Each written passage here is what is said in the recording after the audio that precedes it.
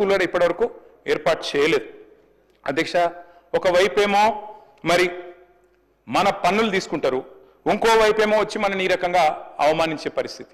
మెహర్బానీ చేసినట్టు మళ్ళీ మీదికెళ్ళి వచ్చి హమ్ ఏ దియే ఓ దియే అంటే అడగకపోతే ఎట్లా అధ్యక్ష? అధ్యక్ష నేను ఒక మాట ఈ కేంద్ర బడ్జెట్ చూసిన తర్వాత ఒకటి అనిపించింది అధ్యక్ష. వైజాగ్ స్టీల్ ప్లాంట్ కోసం వైజాగ్ స్టీల్ ప్లాంట్ని తిరిగి మరి దాన్ని ఒక ప్రేరణ ఇవ్వడానికి, ఒక ఉద్దీపన ఇవ్వడానికి, ఒక ఫైనాన్షియల్ స్టిమ్యులస్ ఇవ్వడానికి 11,500 కోట్ల రూపాయల ప్యాకేజ్ పెట్టారు అధ్యక్ష. సంతోషం. వైజాగ్ స్టీల్ ప్లాంట్ విషయంలో మాకేం అభ్యంతరం లేదు అధ్యక్ష. వారు మన సోదరులే, తప్పకుండా వారు కూడా బాగుండాలని కోరుకుంటాం. స్టీల్ ప్లాంట్ వాళ్ళు సమ్మె చేస్తున్నప్పుడు కూడా మేము కూడా అడిగినాం, తప్పకుండా వారికి సహకరించని అడిగినాం. విశాఖ ఉక్కును అమ్మొద్దన్నాం, ప్రైవేటైజ్ చేయొద్దన్నాం. కానీ వారికేమో 11,500 కోట్ల ప్యాకేజ్ ఇచ్చారు అధ్యక్ష. సంతోషం, ఇబ్బంది ఏం లేదు. అదే మరి ఆదిలాబాద్లో అమిత్ షా గారు స్వయంగా వచ్చి చెప్పారు అధ్యక్ష. అమిత్ షా గారు ఎన్నికల ప్రచారంలో చెప్పారు, సిసిఐని తిరిగి తెరిపిస్తాం సిమెంట్ కార్పొరేషన్ ఆఫ్ ఇండియా. మరి దానికి ₹1 పెట్టకపోతే అడగొద్దా అధ్యక్ష? ఆదిలాబాద్లో సిసిఐనేమో తుక్కు కింద అమ్మేస్తారంట, బయ్యారం ఉక్కు మాత్రం ఉక్కు కాదంట. కానీ వైజాగ్లో ఈరోజు వాళ్లకు అక్కడ పార్లమెంట్ సీట్ల మీద ఆధారపడి ఉన్నారు కాబట్టి అక్కడ మాత్రం 11,500 కోట్లు ఇస్తే దాని గురించి మనం మాట్లాడకపోతే మన బడ్జెట్లో తప్పు అవుతుంది కదా అధ్యక్ష.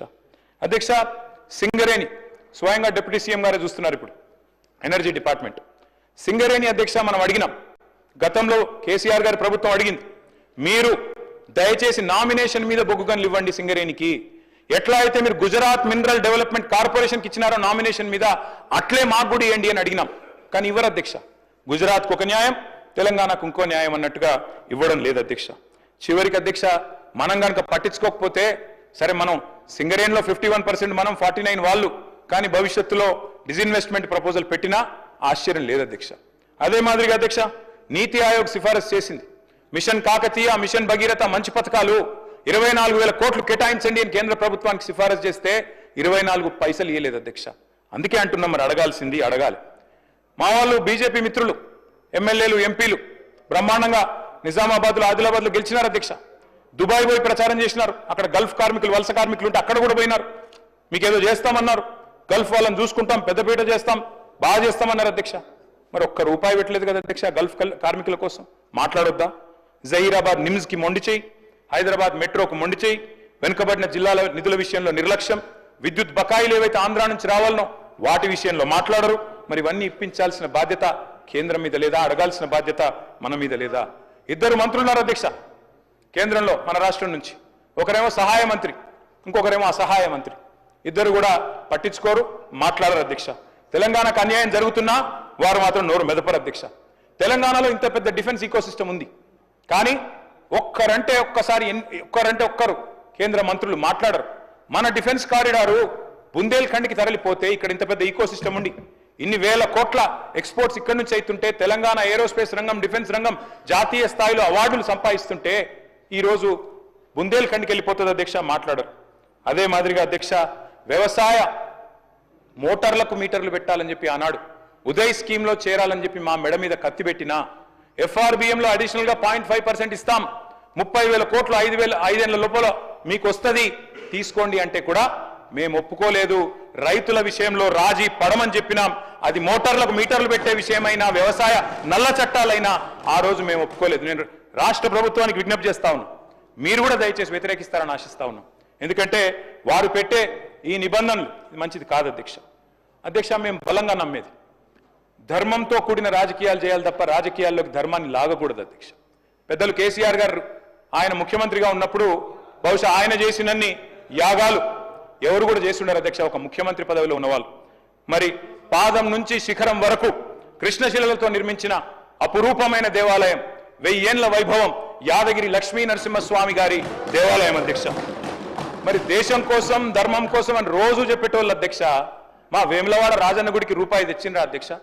మా ధర్మపురి లక్ష్మీ నరసింహస్వామి గారి ఆలయానికి ₹1 ఇచ్చిండ్రా? భద్రాద్రి రాములవారి ఆలయానికి ఒక ½ పైసా ఇచ్చిండ్రా?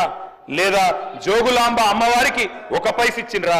కొండగట్ట అంజన్న ఆలయానికి ₹1 వచ్చిందా అధ్యక్ష? బాసర సరస్వతి ఆలయానికి ₹1 తెచ్చిండ్రా? కురుమూర్తి ఆలయానికి ₹1 ఇచ్చిండ్రా?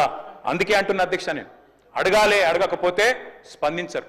సమ్మక్క సారక్క జాతర అధ్యక్ష, ప్రపంచంలోనే అతిపెద్ద గిరిజన జాతర. అద్భుతంగా మేమున్నప్పుడు నిర్వహించాం, మీరు కూడా నిర్వహిస్తారని ఆశిస్తున్నాం అధ్యక్ష. సమ్మక్క సారక్క జాతరకు జాతీయ హోదా ఇవ్వాల్సిన అవసరం లేదా? మహాకుంభమేళాకేమో ఇవాళ కేంద్ర ప్రభుత్వం 2100 కోట్లు ఇచ్చింది అధ్యక్ష ఉత్తరప్రదేశ్ రాష్ట్రానికి, 2100. అదే మరి మనకు ఒక 21 రూపాయలు కూడా ఇచ్చేందుకు మనసు లేదా? మరి ఎందుకు అధ్యక్ష వాళ్ళని అడగొద్దు? అందుకే అంటా ఉన్న అధ్యక్ష, అడగాలి. అడిగితేనే మరి అమ్మైనా అన్నం పెడుతుంది అధ్యక్ష. అధ్యక్ష 5 ట్రిలియన్ ఎకానమీ అని పిఎం అంటున్నారు, మరి మన సీఎం ఏమో 1 ట్రిలియన్ ఎకానమీ అంటున్నారు. 1 ట్రిలియన్ ఎకానమీ అంటే ఏంటిది అధ్యక్ష? భట్టి గారు కూడా బడ్జెట్ స్పీచ్లో చెప్పినారు, డిప్యూటీ సీఎం గారు. $1 ట్రిలియన్ అంటే అధ్యక్ష ఇవాళటి ధరల్లో తీసుకుంటే 88 లక్షల కోట్ల అధ్యక్ష. ఇవాళ మన అసెంబ్లీ అంటున్నా, మన్నించాలి, మన రాష్ట్రం యొక్క జిఎస్డిపి సైజ్ చూసుకుంటే మనం ప్రస్తుతం 16 లక్షల కోట్ల కాడున్నాం. గ్రోత్ రేట్ చెప్పారు, జిఎస్డిపి గ్రోత్ రేట్ 10.1% అని చెప్పారు బడ్జెట్ స్పీచ్లో.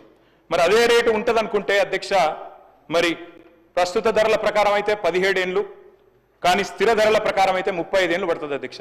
కానీ భట్టి గారు చెప్పినప్పుడేమో 2030 కల్లా దీన్ని సాధిస్తాం 1 ట్రిలియన్ ఎకానమీ అన్నారు. ఎట్లా సాధిస్తారో దయచేసి ఆ సీక్రెట్ మాకు కూడా చెప్పాలని చెప్పి కూడా నేను వారిని కోరుతా ఉన్నా అధ్యక్ష.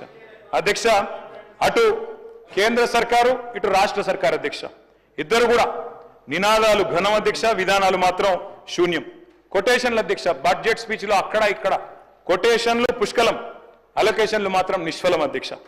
ఇక మన దగ్గర చెప్తారు అధ్యక్ష, బడే బాయ్తో మాషా అల్లా అంటే చోటే బాయ్ సుబాన్ అల్లా అన్నట్టుంది అధ్యక్ష మన పరిస్థితి ఈరోజు. 2 బడ్జెట్లు చూస్తే పిఎం ఏమో 2 కోట్ల ఉద్యోగాలు అన్నారు, సీఎం ఏమో 2 లక్షల ఉద్యోగాలు అన్నారు. ఇద్దరు ఇయ్యలే అధ్యక్ష. అధ్యక్ష పిఎం ఏమో 2022 నాటికి అందరికి ఇండ్లు ఇస్తానన్నాడు అధ్యక్ష. సీఎం ఏమో పోయిన బడ్జెట్లో చెప్పింది అధ్యక్ష, జూన్లో 4.5 లక్షల ఇండ్లు ఇస్తామన్నారు అధ్యక్ష. అందులో మా దళిత సోదరులకు గిరిజన సోదరులకు 5 లక్షలు కాదు 6 లక్షలు ఇస్తామన్నారు అధ్యక్ష.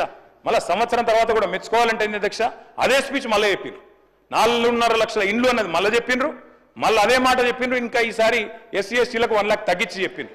నేను డిప్యూటీ సీఎం గారిని కోరుతా ఉన్నా అధ్యక్ష, 1 లక్ష ఏదైతే తగ్గించారో దయచేసి నేను డిప్యూటీ సీఎం గారిని అడుగుతా ఉన్నా, మీరు పెద్దలు మల్లికార్జున్ ఖార్గే గారిని ఇక్కడికి ఆహ్వానించి చేవెళ్ల ఎస్సీ ఎస్టీ డిక్లరేషన్లో భాగంగా మీరు చెప్పిందే అది, ఎస్సీ ఎస్టీలకు గృహ నిర్మాణానికి ఇందిరమ్మ ఇంటికి 1 లక్ష ఎక్కువ ఇస్తామని చెప్పారు. దయచేసి రీఅప్రోప్రియేట్ చేయండి, ఖచ్చితంగా 6 లక్షలు అని మీరు ఇచ్చిన మాటను నిలబెట్టుకోవాలని చెప్పి మా పార్టీ తరఫున అడుగుతా ఉన్నా అధ్యక్ష. అధ్యక్ష పిఎం వైబ్రెంట్ గుజరాత్ అన్నారు, సీఎం రైజింగ్ తెలంగాణ అంటున్నారు. పిఎం 125 లక్షల కోట్ల అప్పు చేసిండ్రు, సీఎం 1,58,000 కోట్ల అప్పు సంవత్సరంలో మాత్రం చేసిరు అధ్యక్ష. అధ్యక్ష పిఎం ప్రతి ఖాతాలో 15 లక్షలు అన్నారు, సీఎం ఏమో ప్రతి ఖాతాలో 15,000 అన్నారు రైతులకి. ఇద్దరు వేయలే అధ్యక్ష. అధ్యక్ష ఈస్ట్ మన్ కలర్ లో సినిమా మాత్రం బాగా చూపెట్టారు అధ్యక్ష, కానీ తెలంగాణ ప్రజలకు అటు కేంద్ర బడ్జెట్తో ఇటు రాష్ట్ర బడ్జెట్తో ఒరిగింది మాత్రం 0 అధ్యక్ష. అధ్యక్ష కేంద్రంతో సఖ్యత అన్నారు, సత్సంబంధాలు అన్నారు. మరి నేను అడుగుతా ఉన్నా అధ్యక్ష, ఈ సఖ్యతతో సత్సంబంధాలతో ఏం సాధించారో కూడా దయచేసి మీరు చెప్పండి, రాష్ట్ర ప్రజలకు వివరించండి అని చెప్పి కూడా నేను కోరుతా ఉన్నా అధ్యక్ష. అధ్యక్ష పెద్దలు చెప్తారు, సత్యం వధ ధర్మం చెర, సత్యన్న వచనం శ్రేయ సత్యం జ్ఞానం హితం భవేత్ అంటే సత్యమే మాట్లాడాలి, ధర్మాన్ని అనుసరించాలి అని చెప్తారు అధ్యక్ష. కానీ మరి లోకంలో అసత్యం అబద్ధాలు విజృంభిస్తున్నప్పుడు, హడ్డు అదుపు లేకుండా విచ్చలవిడిగా చెప్తున్నప్పుడు మౌనంగా ఉంటే అధ్యక్ష మనం కూడా అన్యాయం చేసిన వాళ్ళం అవుతాం. నిజం నిలకడ మీద తేలుతుంది అనుకుంటే మరి అందరం మునుగుతాం అధ్యక్ష. ఇవాళ నిజం నిమ్మలంగా నిద్రలేసే లోపల అబద్ధం అంతరిక్షాన్ని కూడా చుట్టొచ్చే పరిస్థితి అధ్యక్ష. అధ్యక్ష అందుకే అధ్యక్ష అబద్ధాన్ని 100 సార్లు చెప్తున్నప్పుడు నిజాన్ని 1000 సార్లు చెప్పాల్సిన బాధ్యత మా మీద కూడా ఉంటుంది అధ్యక్ష. అధ్యక్ష ఎన్ని రకాల అబద్ధాలు అధ్యక్ష, ఎన్ని రకాల అసత్య ప్రచారాలు చేశారు అధ్యక్ష, ఒక్కసారి గుర్తు చేసుకోండి అధ్యక్ష. మేము ఆనాడు ప్రభుత్వం నుంచి దిగిపోయిన తర్వాత మొదటి వారంలో అధ్యక్ష పేపర్లో వార్తలు, ఏదో ల్యాండ్ క్రూజర్లు కొన్నారు విజయవాడలో దాచిపెట్టారు. ఇవాళ ఎవరు వాడుతున్నారు సార్ అవి ల్యాండ్ క్రూజర్లని? ఎక్కడ పోయినాయి సార్ అవన్నీ? దాచిపెట్టారట. ప్రభుత్వం కొంటే కూడా గట్ల బదనాం చేయొచ్చా సార్? అధ్యక్ష ప్రగతి భవన్లో 100 రూములు. మినిస్టర్ గారు సార్ ఒక్క నిమిషం సార్, ఆయన బ్రేక్ ఇస్తా ఉన్నాము. మా ప్రభుత్వం వచ్చిన తర్వాత ల్యాండ్ క్రూజర్ కొనాలని కూడా ఆలోచన చేయలేదు అధ్యక్ష. కానీ వారు ల్యాండ్ క్రూజర్ రాబోయే 10-15 సంవత్సరాలు 20 సంవత్సరాలు మేమే ప్రభుత్వంలో ఉంటామని మాకే ఈ ల్యాండ్ క్రూజర్లు ఉండాలని ఆలోచన చేసిన అధ్యక్ష. ప్రజలేం ఆలోచన చేసిండ్రు? ఈరోజు ఏ వాహనాలకు సంబంధించి వాహనాలకు సంబంధించి సార్ ప్రజలందరూ మమ్మల్ని కోరిండ్రు ఆ ల్యాండ్ క్రూజర్లో తిరగమని. ప్రజలు కోరిన వరకే తిరుగుతా ఉన్నాం అధ్యక్ష. ఈరోజు ఏది చేసినా ప్రజలకు సంబంధించి వారు ఇచ్చిన తీర్పుతోనే మనం అందరం కూడా ఇక్కడ నడుస్తా ఉన్నాం. అది దృష్టిలో పెట్టుకొని మా కేటీఆర్ గారు మాట్లాడాల్సిందిగా కోరుతా ఉన్నాం. కేటీ రామారావు గారు. స్పీకర్ సార్, నేనేం అనలేదు అధ్యక్ష. తప్పకుండా యువర్ ఎలిజిబుల్ సార్. మీరు కూడా కష్టపడ్డారు, కష్టపడే ప్రజాక్షేత్రంలో కష్టపడే గెలిచొచ్చారు. నేను